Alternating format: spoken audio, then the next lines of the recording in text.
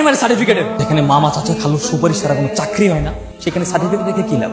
কত স্বপ্ন নিয়ে ঢাকা শহরে আসছিলাম, আমার সব স্বপ্ন স্বপ্নই থেকে গেল। বাবা, তোমাকে আমি গতকাল রাতে বারবার বলছিলাম সকালে আমার টাকা লাগবে। তো কি হয়েছে? কি হয়েছে মানে?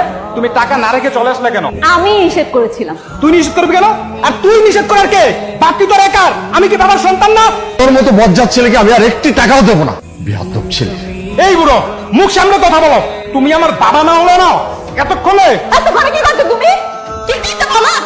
বাবাকে হাঁটতে চাই, বাবাকে মারতে বলো তুমি? হ্যাঁ, তাই করতাম। আমি টাকার জন্য সব করতে পারি। আজকের পর থেকে ওকে আর একটি টাকাও দিবি না, ওর সব টাকা বন্ধ। বন্ধ মানে? এই বুড়ো, गिरने संभलने लगे जब से है जाना तुम्हें तेरी ओर चल। আমি অফিসে গেলাম টাকা আনতে, আর আমি খুব তাড়াতাড়ি আমার সম্পত্তি আমার নামে চাই। তুমি কি মানুষ? দেখতেছো না বাবা অসুস্থ, বাবার গায়ে হাত কেন তুললে তুমি? অসুস্থ করে তো 6 মাস ধরে মরতেছে না, বললে তো আমি আমার ভাগের সম্পত্তি পাই যাব। তুই এখন আমার চোখের সামনে থেকে যা, না হলে কিন্তু আমি পুলিশ ডাক দিব। হেল্প করবেন? বাবা কিন্তু বাসা নিয়ে যেতে হবে। হ্যাঁ হ্যাঁ, অবশ্যই, প্লিজ চলুন। কিছু মনে করবেন না, উনি আপনার কেমন ভাই? আমার আপন বড় ভাই। আপন ভাই? তাহলে সে তার বাবাকে এভাবে মারতে করে? আসলে আমার ভাইটা নেশা করে, তো নেশা করতে গেলে তো টাকা লাগে, যখন টাকা শেষ হয়ে যায় বাবার কাছে আসে। মা কি ছেলেটাকে চা নাস্তা কিছু দে। আপনাকে একটা প্রশ্ন করি। হ্যাঁ প্লিজ। আমি আর বাবা যখন রাস্তায় হাঁটছিলাম, দেখছিলাম আপনি একটা কাগজ কুড়াচ্ছিলেন, আর আপনার খুব মেজাজ গরম ছিল। আমি কি জানতে পারি ঘটনাটা কি ছিল? সবকিছুই ছিল আমার জীবনের অর্জন করার সমস্ত সার্টিফিকেট। সার্টিফিকেটগুলো পুড়িয়ে ফেললেন যে? দেখুন, আমি গ্রামের ছেলে, আমার বাবা আমাকে খুব কষ্ট করে মানুষ করেছে, কষ্ট করে পড়াশোনা করিয়েছে। রেজাল্ট ভালো থাকায় ভেবেছিলাম ঢাকা শহরে এসে ভালো কোনো কোম্পানিতে চাকরি করতে পারবো। শত চেষ্টা করার পরও কারো কোনো সুপারিশ না থাকে কোনো চাকরি কপালে দিত না। তাই ভাবলাম সার্টিফিকেট রেখে বা কি লাভ। আমাদের একটা বিজনেস আছে, বাবা অসুস্থ হওয়ার পর থেকে বিজনেসটা একটু খারাপের দিকেই যাচ্ছে। আপনি যদি চান আমার পার্সোনাল অ্যাসিস্ট্যান্ট হিসেবে যোগ দিতে পারেন। আপনি চাকরি দিবেন? আপনার যদি কোনো সমস্যা না থাকে, আমারও কোনো সমস্যা নেই আপনাকে পার্সোনাল অ্যাসিস্ট্যান্ট হিসেবে রাখতে। না না, আমার কোনো সমস্যা নেই, আমি চাকরিটা করবো, আমি চাকরি করতে চাই। এটা বড় ছেলে, উনি অসুস্থ হওয়ার পরে ওনার মেয়ে এখানে বসে থেকে আপনার ডিউটি এখানে। এই ম্যানেজার, আমার বোন কোথায়? ম্যানেজার সাহেব, কি হয়েছে এখানে? আপনি কিছুই হয়নি, আমার টাকা না পেলে তারপর হবে। কি হলো? আমার কথা কি তোর কানে যায় না? আমার টাকা লাগবে, টাকা। আমার কাছে কোনো টাকা নেই। আমি তোর বড় ভাই, টাকা না পেলে আমি এমন কিছু করবো তুই কল্পনা করতে পারবি না। কি করবে শুনি? বাবাকে বালিশ চাপা দিয়ে মেরে ফেলবো। বাবা মারা যাওয়ার পরে আইন অনুযায়ী এই সম্পত্তি ভাগ হবে, তারপর তো তুই আর আমার ভাগের সম্পত্তি মেরে খেতে পারবি না। তোমার এত বড় সাহস তুমি বাবাকে? আপনি প্লিজ উত্তেজিত হবেন না, আমি ম্যাডামকে বুঝিয়ে বলছি। ম্যাডামকে বুঝিয়ে বললে ম্যাডাম আপনাকে টাকা দিয়ে দেবে। শুধু শুধু ঝামেলা করে লাভ নাই। আরেক ভুল করে বা যেভাবে সিগনেচার করলে ব্যাংক থেকে টাকা তুলতে পারবেন না, সেভাবে একটা ভুয়া চেক করে তাকে দিয়ে দিন। আপাতত আপদ বিদায়, এইখানে সাইন করেন। Sir, sir check. তুই একটা ভালো পোলা, তোরে আমার ভালো লাগছে। আমার বোনকে তোর পছন্দ হয়েছে? আচ্ছা, তুই কি আমার বোনকে বিয়ে করতে চাস?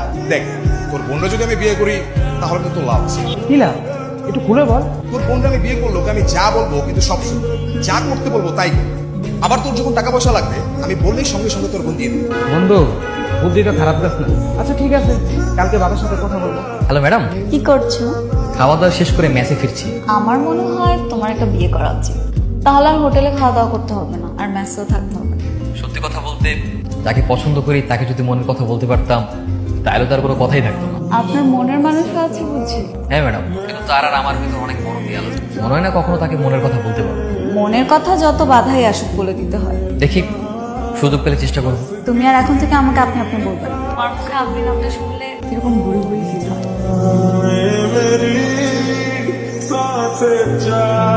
বাবা, ও আমার বন্ধু সাব্বির, খুবই ভালো ছেলে। আমার বন্ধু সাব্বির আমাদের আখিকে খুব পছন্দ করে। আখির বিয়ে? হ্যাঁ বাবা, তাছাড়া সাব্বির অনেক ভালো ছেলে। ঠিক আছে, আমি আখির সঙ্গে কথা বলে দেখি। শোনো, আমি কে? আমি তোমার বস, আর তুমি আমার পার্সোনাল অ্যাসিস্ট্যান্ট। তো আমি যেখানে যেখানে যাবো তোমাকে সেখানেই যেতে হবে, বুঝতে পেরেছো? জি ম্যাডাম, বুঝতে পেরেছি। কি বুঝতে পেরেছো? ফাজলামি করছো? না ম্যাডাম, ফাজলামি করবো কেন? তুমি হচ্ছে আমার বস আর আমি তোমার অ্যাসিস্ট্যান্ট। অ্যাসিস্ট্যান্ট কি কখনো বসের সাথে ফাজলামি করতে পারে? আবার আমাকে খোঁচা মেরে কথা হচ্ছে? আরে কই, আরে আরে কি বলছো বাবা? হুট করে বিয়ে করতে বলছো আমাকে? ছেলেটা খুব ভালো রে মা। আমি চলে গেলে তোমাদের কি হবে? আর তাছাড়া অফিসের অবস্থা একদমই ভালো। এসব নিয়ে তোকে ভাবতে হবে না, বাবাকে আর আবিরকে আমি দেখবো, আর আগামীকাল থেকে অফিসে আমিই বসবো। শোন, তোর আমি যা করতে বলছি সব মনোযোগ দিয়ে। বিয়ের আগ পর্যন্ত যা অভিনয় করতেছিস একদম পারফেক্টলি চাও। করবো বন্ধু, করবো। আমি তোমার বাবার সামনে সাধু হয়ে বসে থাকবো।